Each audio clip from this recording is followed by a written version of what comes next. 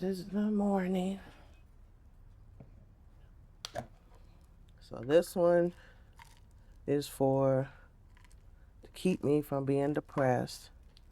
This one is for keeping me to have anxiety. Then you have this one to keep me from having nightmares and hallucinations about my son. And that's my life. He was 19 years old. It was the worst day of my life. November 15, 2020. She was 17. 11 years old. She was 11 when she passed away. Sometimes I would just be sitting there just blank, questioning why did this happen? When you told in the news, I just remember my heart just dropped in chest. 10 years, it just takes your whole life. There's no easy way to get through it. It's just day by day. That's one thing that I'll forever live with in my heart. When you lose someone through suicide, is that they leave with all the answers. And if y'all wondering how old I am 8 years old. There will be more Cherish love show. She was fearless. I named her Cherish because I absolutely cherished her. When I had her, I just used to just look at her for hours, sit and look, and amazed, like, this is my baby girl, I remember one time we were at the park and a guy was telling his son to don't be scared to climb the little ladder thing. And Cherish with her little dress and sandals just climbed that thing like that. He said, "You see that girl? Don't you see that girl?" She was very talented. The last person you would think that would do something like that.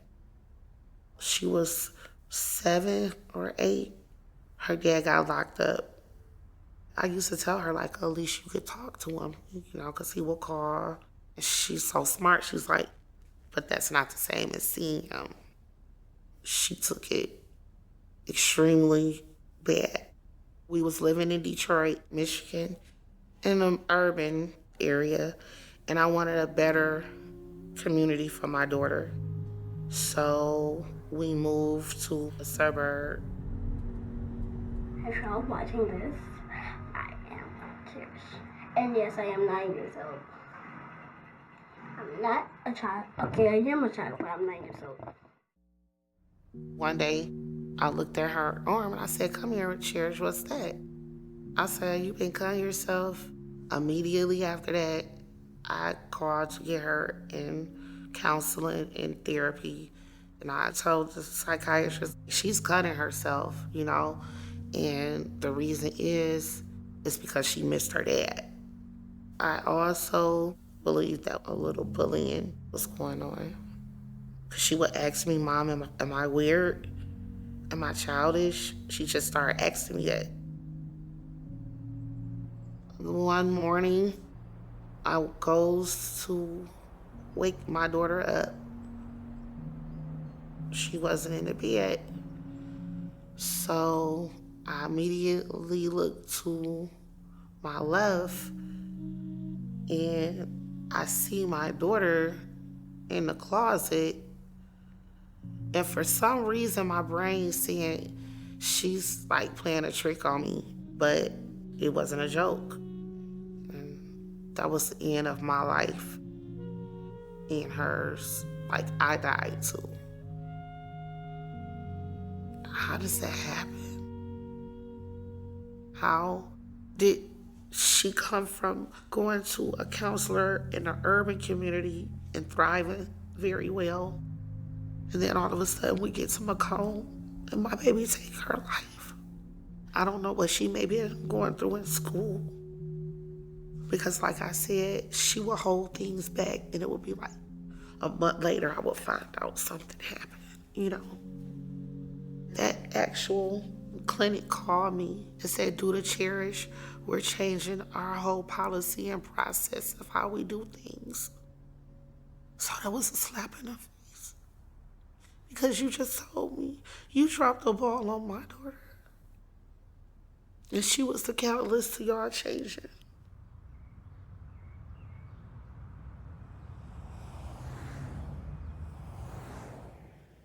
Well, Bobby finna go get December in the van, and we'll be out there in a little while. I got that picture I'm bringing in the balloons. Okay.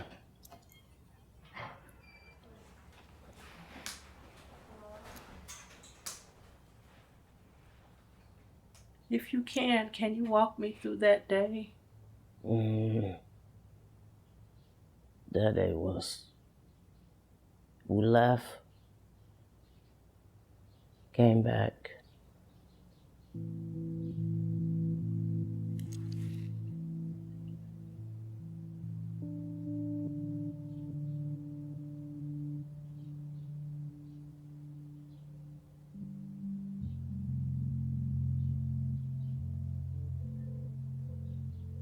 It's hard to talk about that day. She was happy the day before. Last day seeing her. I'm still hard to say, like, how she did it. I just say suicide. I didn't say, like, how she took her life.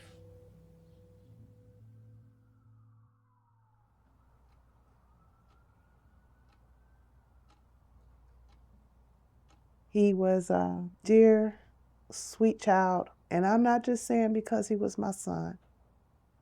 One of the first jobs he had was to be a lifeguard.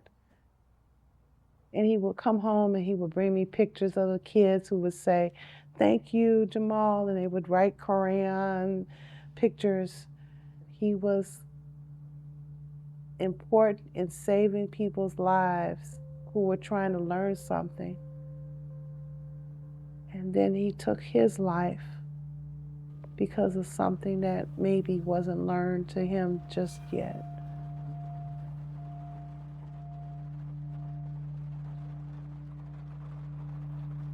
I've been really good at, like,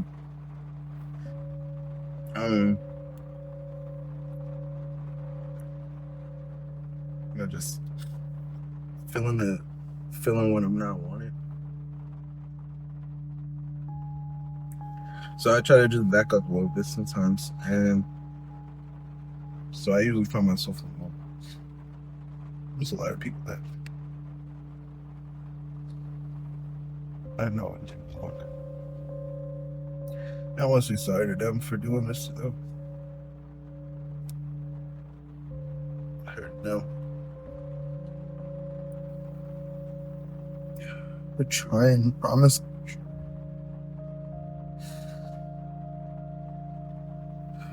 It's not easy.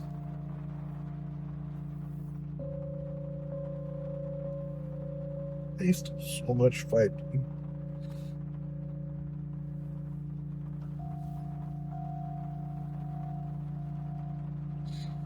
Every day my heart hurts so much. I just so sad. Don't wait.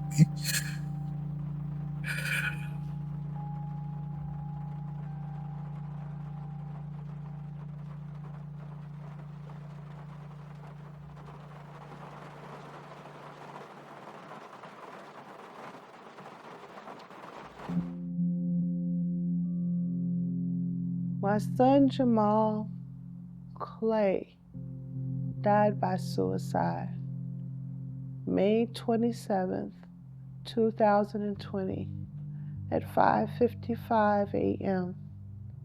He was 19 years old. He was 19 years old.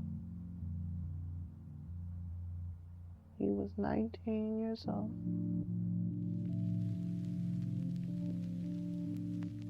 Hey, Mom.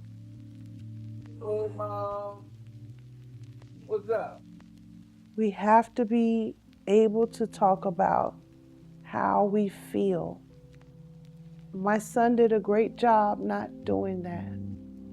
because not wanting me to worry, not presenting himself as a weak person who couldn't handle things, and he isolated himself.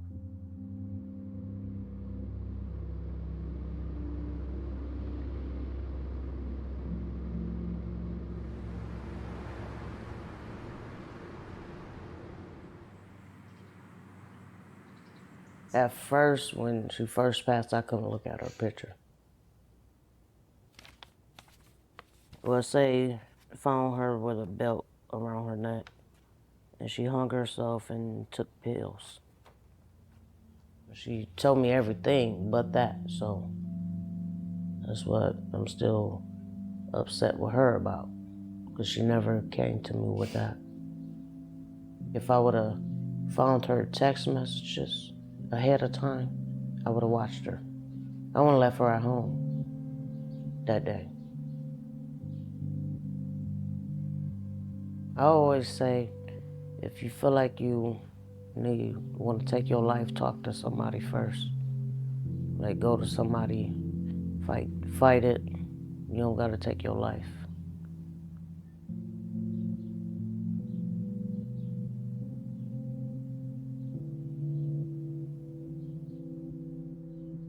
As a parent, I get looked at like I did something wrong or I didn't do something right.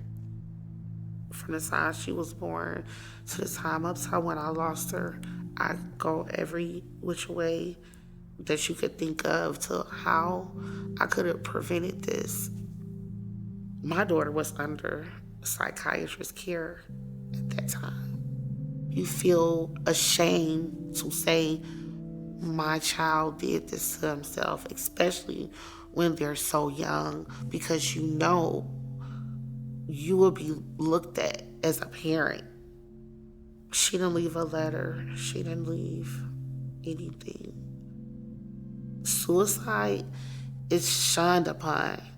We don't do that, reality we do. Most of us think it, a lot. We just are ashamed to say it out loud. Happy birthday, Happy birthday. We say thank you. Thanks for the present.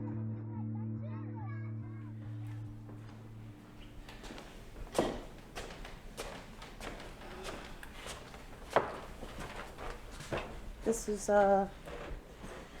Jamal's room that I've taken not many measures of changing, but incorporating all the things that he did. I can only say it was a very dark tunnel that I and no one else could be a part of but him. It ain't easy at all.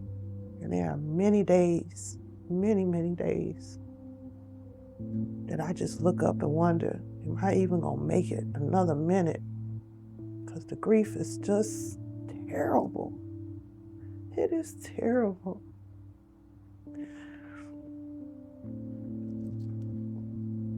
The hole in your heart, only you feel. Ain't nothing gonna fill it up. Not no time, not no memories. Just it's a hole. And I walk around with a half a heart.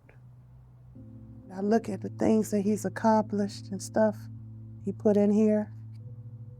I remember a teacher running behind me so fast and I didn't understand why. I thought something happened, like the building was on fire.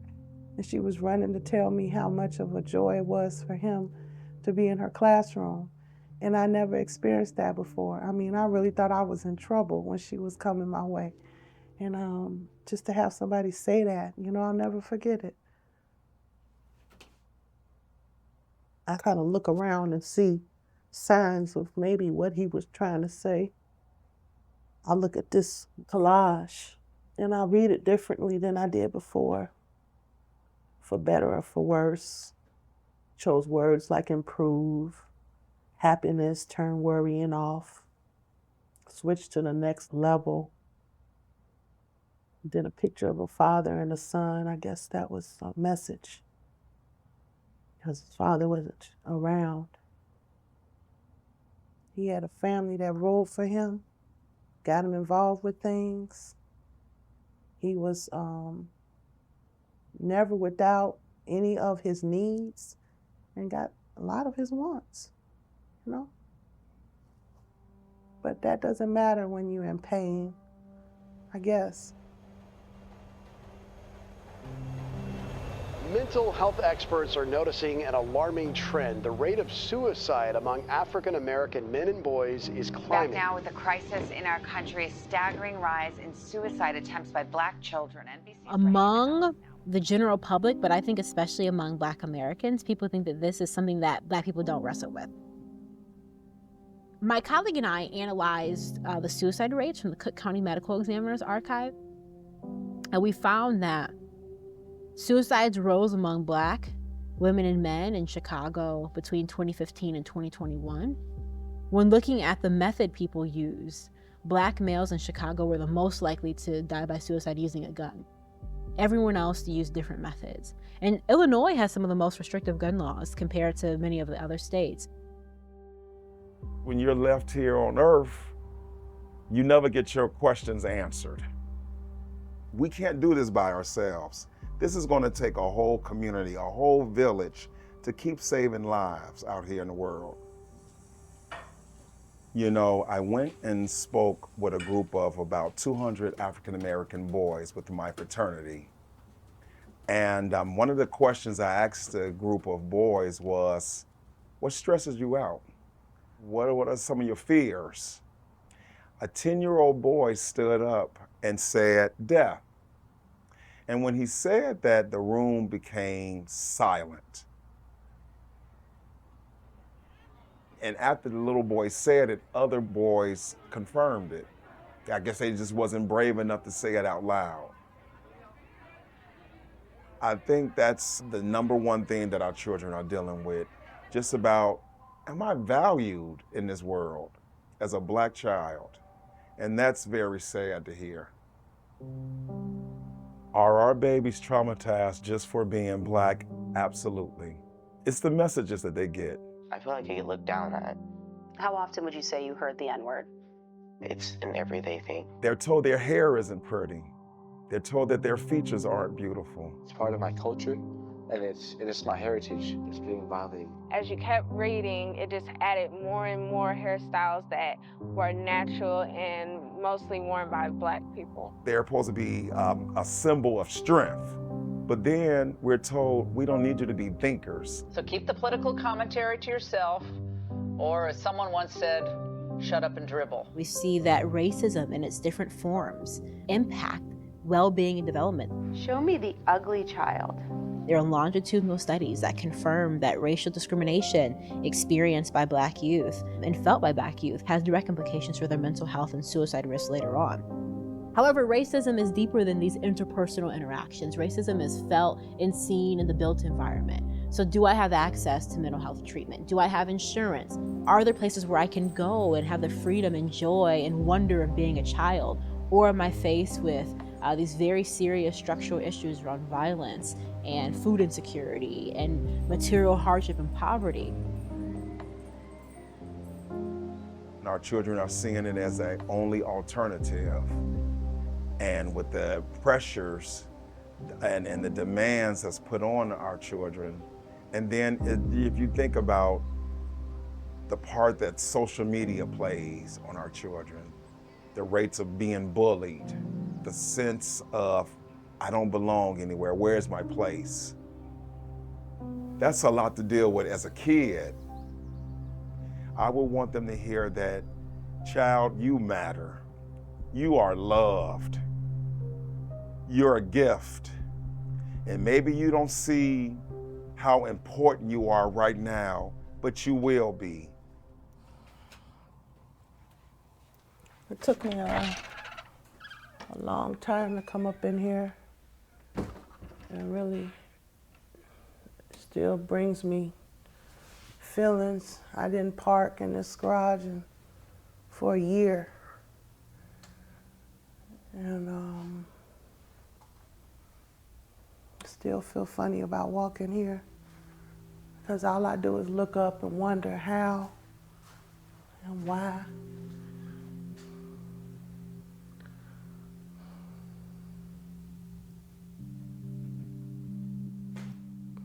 It's the last place I saw my child before I saw him in a coffin. Just the last place, sitting over here in a body bag. I couldn't even touch him. They wouldn't let me touch him because I was trying to wake him up.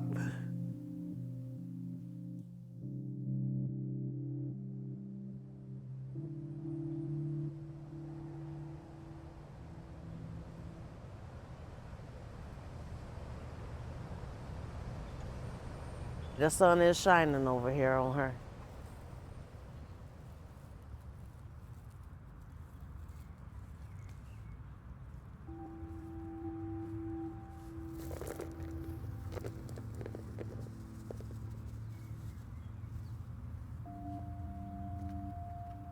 I come out here every year, bring out blooms, get a new picture. Purple is her favorite color. So she know that we visit her every time we come. I mean, I just can't never forget my daughter. She's still my daughter if she in heaven. So I still gotta come out here. So that's why we come all the time, me and my girls.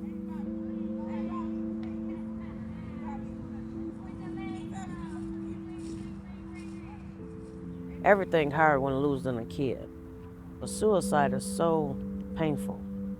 I mean, I know gun violence, die in your sleep, but suicide is so different because you're taking your life. You took your life from yourself.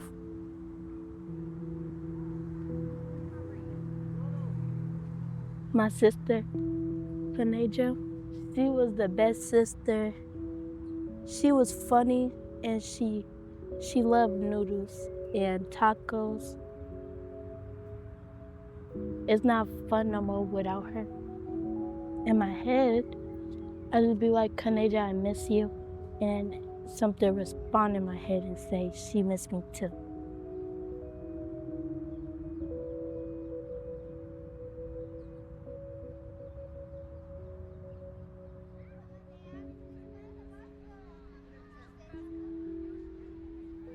I used to tell Cherish a lot that even though it may seem like it's the end of the world when you go through something, it's not. It's always another day. Because I knew it was something possible, because when I was young, I suffered the same, ideations. It happens more than we think it happens. We wanted to feature an organization that was founded based on a mother's love for her son. Rafia Maxie Cole has founded Soul Survivors of Chicago. Jamal was the light of my life. On May 27th, 2020, I lost my son by way of suicide. I felt it was imperative to have a support group, particularly for those of the BIPOC communities. Soul Survivors is so many things. It became a mission that brought not only more people to the forefront in understanding and being able to say the word suicide, but it also was a way for me to continue his legacy. One of the first things we do is we collect shoes from persons who have lost someone by way of suicide, and we clean and sanitize those shoes, and we put the name of them in the shoe and gift it to someone who's in distress, with the understanding that you're going to walk in the shoe of someone who's no longer here.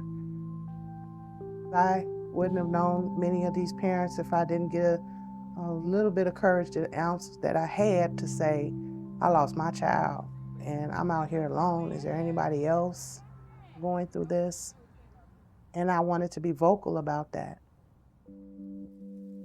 The main thing with all the people that I've met and what I want them to capture from my experience is truly knowing that we are together and stronger as a team. You know, you can't break a bunch of branches if you hold them all together. You can break one at a time, but not a whole bunch. And I need them, and I want to be a support just as much as I hope they are feeling the same way back. Because it's a very isolated world. I mean, I know when I walk in a room, everybody thinks one thing. That's the girl whose son died and killed himself. I know that's what they, because their face show it. I see it all in their face. And I can't say that they're wrong, because it is true. And the look back is at you. I believe there's lots of people who probably want to look and examine me. And I do too. But all I know I could say, I was a damn good mother. I worked my ass off. I really did. And it wasn't easy, and it was some rough times. But I held my head up as hard as possible I could.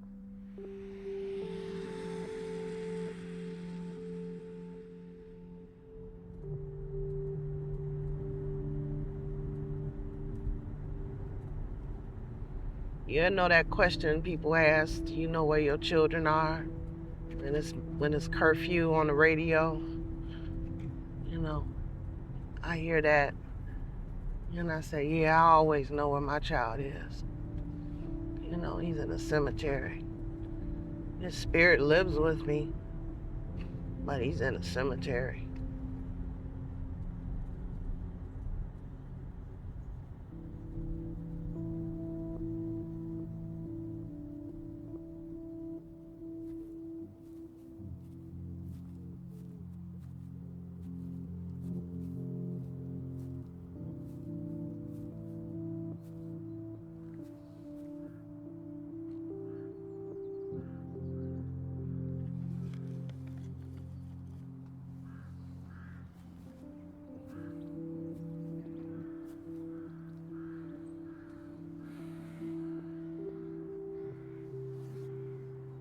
I love you, son.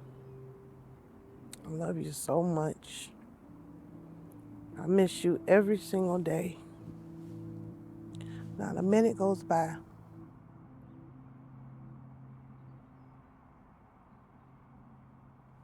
Not a minute goes by.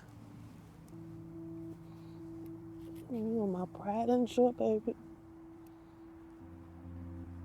I miss my child so much.